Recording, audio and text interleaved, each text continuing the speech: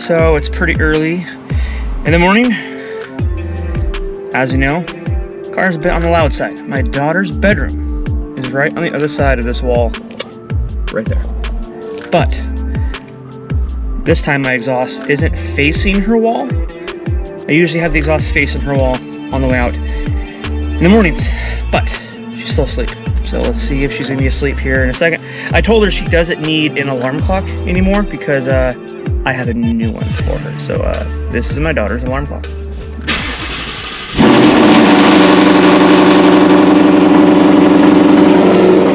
Yep, wake up.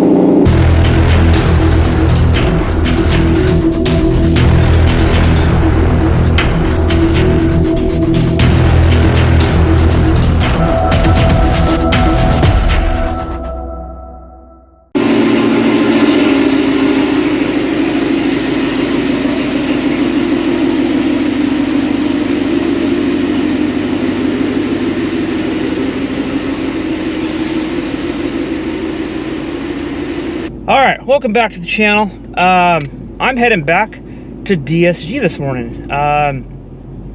Last video, we were at DSG to trim the bolt that was rubbing on the header. That's taken care of. That's not an issue anymore, so that's good. We thought we fixed the issue with the O2 sensor because they were all loose. Well, it turns out it wasn't that. We think it's still the O2 extender.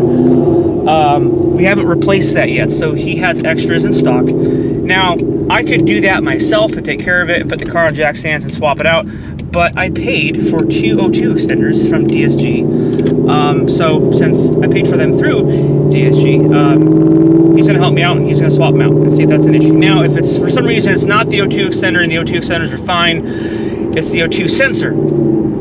To confirm that, we'll swap the O2s from side to side, and if the same code that's coming up on the driver's side comes up on the passenger side, well, that'll prove that it's the O2 sensor. And I need to go probably to Ford to guarantee I get the right one for a Gen 3 Coyote, not a Gen 2, and get an O2 sensor. And those are like 200 bucks. So hopefully I don't have to drop 200 bucks on an O2 sensor to fix the issue, but I'm hoping it's just the O2 extender, because I didn't get the check engine light till after we put on the headers. But if you're watching this video, please do me a favor, do me 2 things. Drop a like on this video if you could, and then subscribe to the channel if you haven't yet already. So our small little trip at DSG probably shouldn't take that long because we're just swapping out the O2 center. We're not trimming on a bolt and stuff like that, taking like an hour. So this will be quick, but the main portion of what today is, I haven't had the chance to take the car on a rep yet since we put on the headers. Because the O2 sensor, kind of because of that, because it does pull a little bit of timing, and then the rubbing on the header, I didn't want to take it on the back roads and cause a lot more vibration and potentially make it worse. So we're going to take this thing out on hopefully on some back roads, take it on some rips, and open this thing up, because it's obviously, some people call it obnoxiously loud.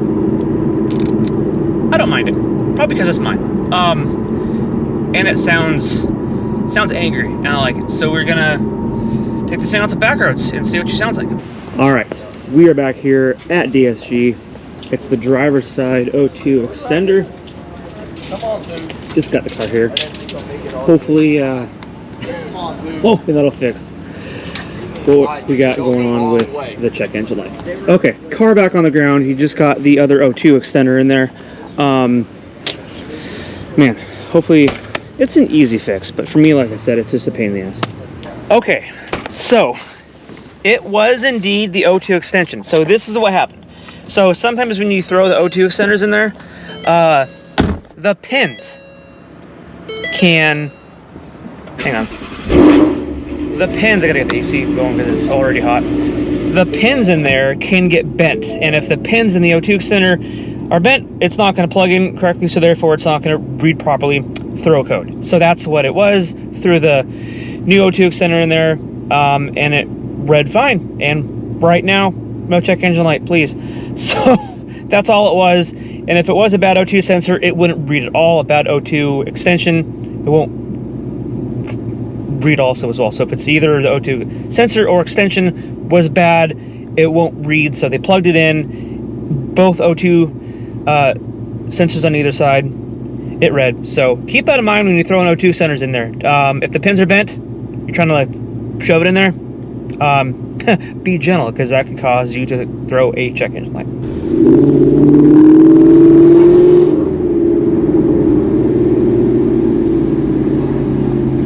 Sounds so good.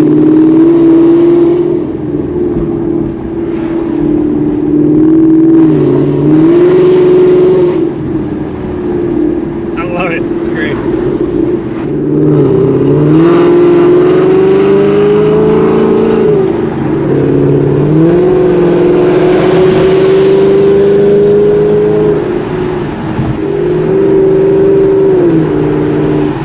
Alright everyone, I'm picking this video up here later this afternoon. We had a few things I had to do this afternoon.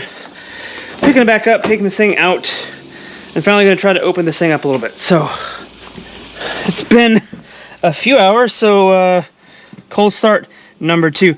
But before I do me a favor, as I said earlier, today is actually my birthday. And the one thing I would love from each and every one of you is if you're watching this, do me a favor, hit like, and 2, if you're not subscribed, for my birthday, hit subscribe and hit like if you haven't already. So on that note, let's give this thing a second cold start.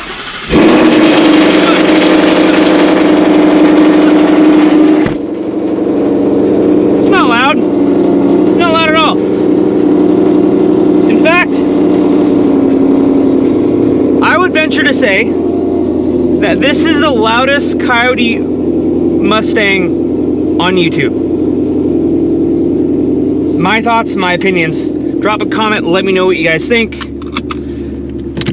I haven't heard of one that's on YouTube on a regular basis that sounds as loud and as obnoxious as what I got here. See, now it's quiet. It's only obnoxious at the cold start, and then it calms down, it gets fine, and then it just sounds, you know, like a burly V8 until you get back on the gas again. But man, I tell you what, those cold starts. I've talked to my neighbors, talked to them. I apologize in advance for how loud my car is, but luckily I live next to some awesome people, and they're like, oh, it's fine, I appreciate you talking to me.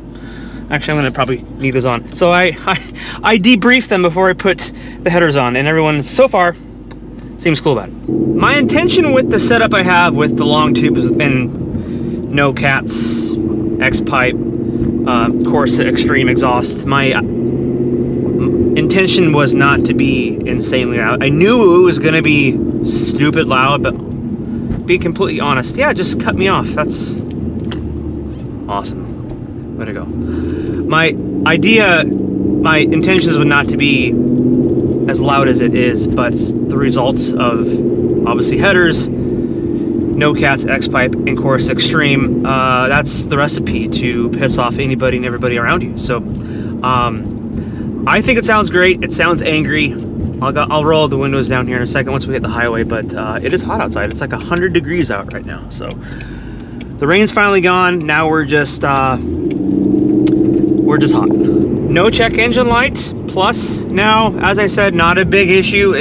The only thing about it is, it does pull a little bit of timing, so it does draw a little bit of power. Might not bother a lot of people. You could probably take some electrical tape and just put it right over that check engine light, out of sight, out of mind. But for me, it bothered me, and I knew it was a quick and easy fix, but I'm glad I took care of that. So, as I said, keep that in mind. The O2 extensions, the connecting prongs inside, if they get bent, they won't connect, you will throw a code. So process of elimination, check that, replace that first, because that's a lot cheaper than replacing a O2 sensor. If you replace it and that still throws a code, then chances are you might have a bad O2 sensor, or the car just might not be tuned for the setup that you have without having cats and whatnot, and it'll continue to throw code. So just keep those things in mind.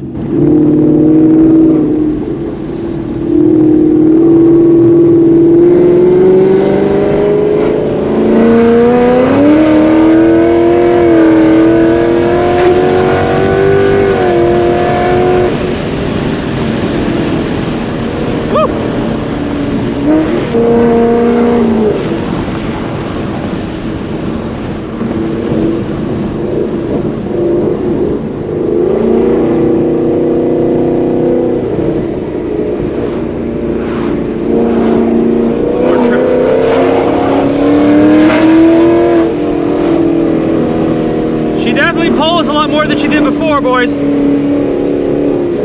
I wasn't quite full throttle there, but man, what a difference.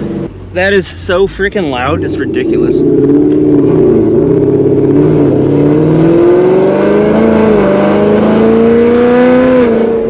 God, it sounds good.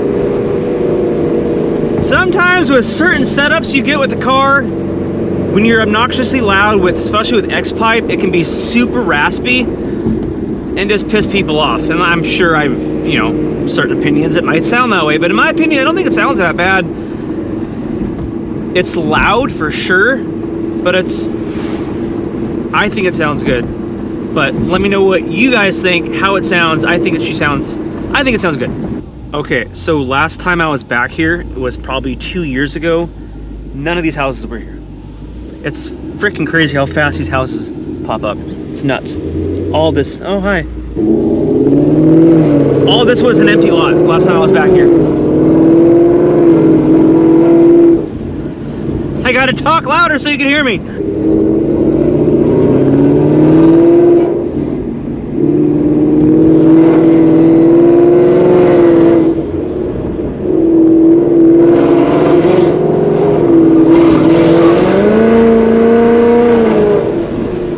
Like 3,500 RPMs. That's nothing. All right, so I just stopped here. So I wanted to get like just an idle real quick what the exhaust here sounds like.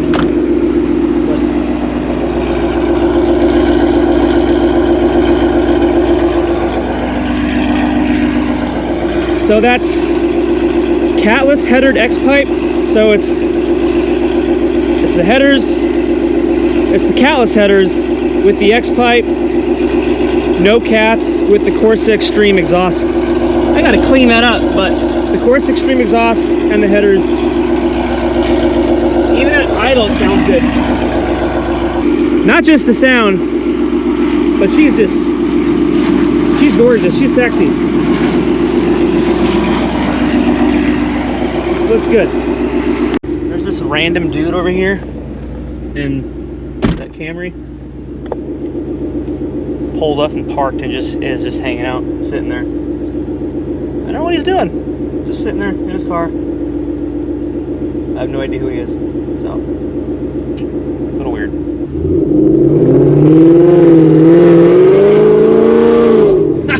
Man.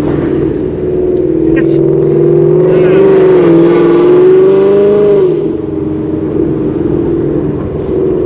Come on, that sound... Some people prefer the H-Pipe, which I understand, but that sounds good. Maybe a little biased because it's my car, but what do you guys think? Alright guys, the windows are back up because it's hot, and so you can hear me a little bit better, even though it's still loud. But that's all I got for you on this one here. As I said before, if you're not subscribed, please do me a favor, hit subscribe and drop a like. It's my birthday. That's what I would like from you guys, is to do those two things for me on my birthday. But on that note, you guys have a good one, and I'll catch you guys in the next video. See ya. Bye.